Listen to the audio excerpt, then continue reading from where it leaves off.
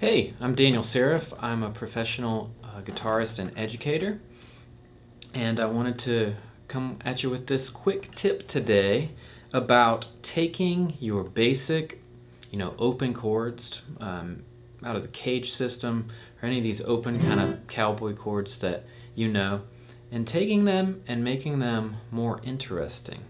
Okay, so you just heard me play a couple of simple looking chords.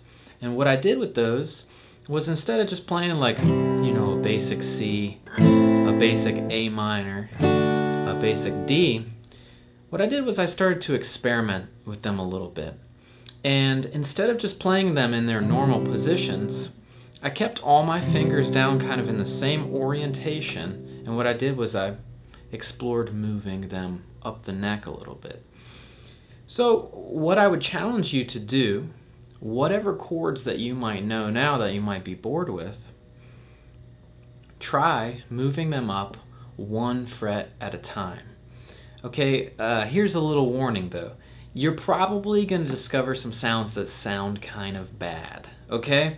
So you kind of got to make a little bit of a log for yourself and say, okay, all right, I love my C chord in open position, the standard chord. If I play that chord up a half step, that one's a little dicey, right? However, if I play it one fret higher than that, like I did in the intro music, man, that sounds great. Cool, what would that sound like with the C chord? Well, I played it earlier, but that sounds like C, and then move it up a whole step, 2 frets. Now, if you know anything about theory, essentially you're taking a C chord, if you move it up a whole step, you've got some type of like D chord, okay? Now, the importance of this exercise is not really to worry about the name of it, to be honest. I just want you to kind of be creative with it and try and find an interesting sound and, move chords around. So don't get too scientific about it. Like, I love music theory, but it's not always necessary to know exactly what the chord name is at whatever time you're being creative. I remember when I was in high school, I used to write a lot of songs on acoustic guitar. And I was in an open tuning mostly, and I really didn't know any of the names of the chords. But the neat thing about it was that a lot of the stuff that I came up with sounded incredible. It was really beautiful, and I had no idea what I was doing. I was just making music that sounded good. So it's like you should use your ears. Number one, that should be the number one thing you think about, is like playing by ear with your ear. Later you can determine the name of this stuff, right? So, all right, in my little, maybe log that I write, I might say, okay, well, I really like the C chord up a whole step. Let's see if we move it another half step. Ooh, dicey. Okay, here's where I might mention some of the chords would sound just fine if maybe we dropped out a certain string. So if I played this one, my ring finger's at the 6th fret here. Everything's cool until I get to the 1st string. That one's dicey. That does not sound good necessarily. But if I play those middle strings, it sounds pretty interesting. How does it sound with a C chord?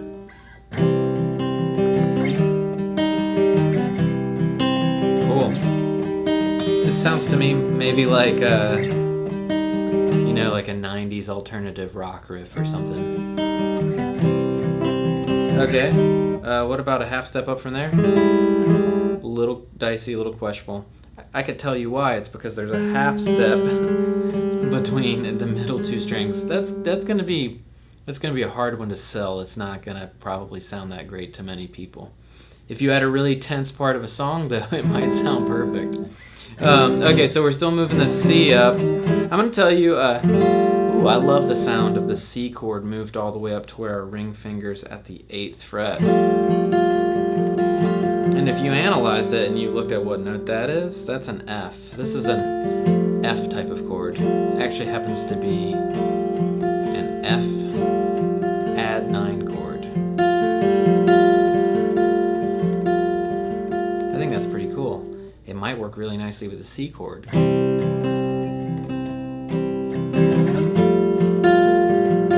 Yeah, I like it, right?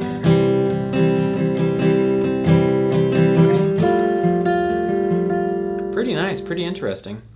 Okay, I'm gonna tell you probably a little dicey. Not gonna work. Ring finger at the 9th fret, not so good. Ooh, but I can tell you.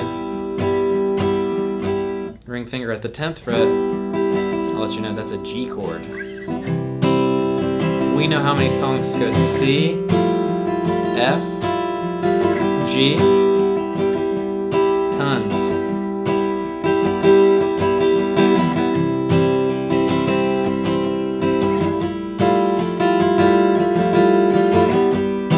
There's definitely like a lot more flavor in it, right?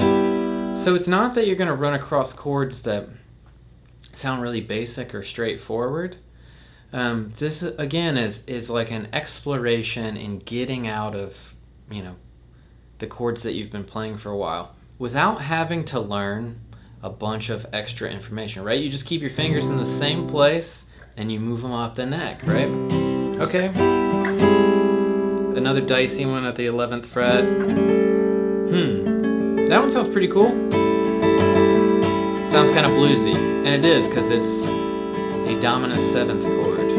A dominant 7. My ring finger's at the 12th fret there. I think that sounds pretty sweet. Questionable. Also questionable. Oh! Once we get 12 frets up, we're, you know, if we understand theory, 12 half steps, we're back where we started.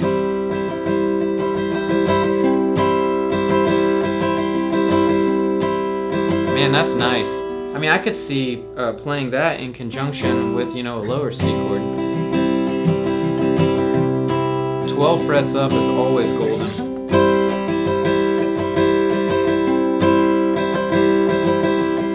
Now, the other neat thing about this exercise is if you're, you know, still working on your chords, it's a great way to really get that thing under your finger. And I taught a lesson, it's on my channel, about, you know, working on pressing down a little extra hard in order to get your fingers used to the pressure and remember that shape. This is a great way to do that same thing. Okay, so again, you could try this exercise with any open chord, right? You could do it with a D chord, you could do it with an A minor, C, E major. E major up a half step sounds kind of, I don't know, Spanish-y. I like it. Ooh, up a whole step. It sounds again like kind of like 90s rock or something to me.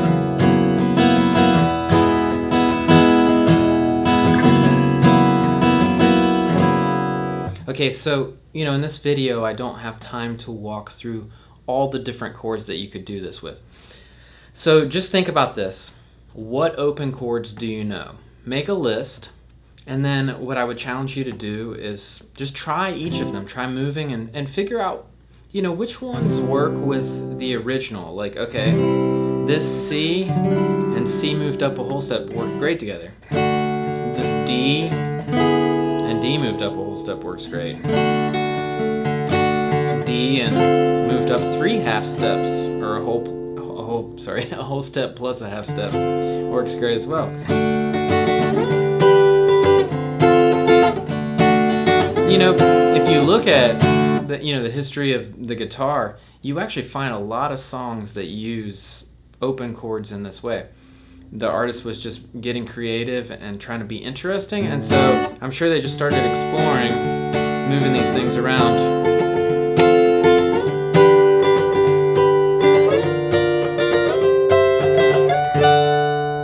It's very cool, right? I'll show you that one real quick. This is the D major. I'm taking the D major.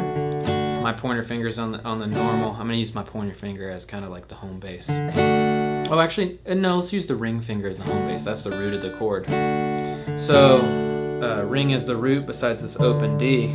We're gonna put that ring finger at the 6th fret. Yeah. Then at the 8th fret. Then at 11.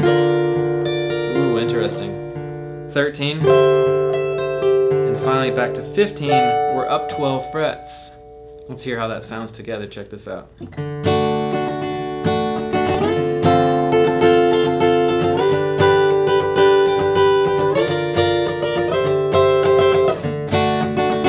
That time I didn't go to 15.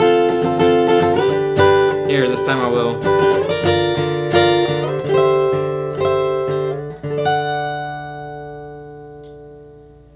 Alright, awesome. So, I challenge you to experiment with these open chords and moving them up the guitar neck. And if you come up with something creative, please feel free to message me. I'd love to hear it. I'd love to hear what kind of creative stuff you're getting into. So, please like this video, comment if you have any questions or comments. I'd love to hear from you, and subscribe to my channel.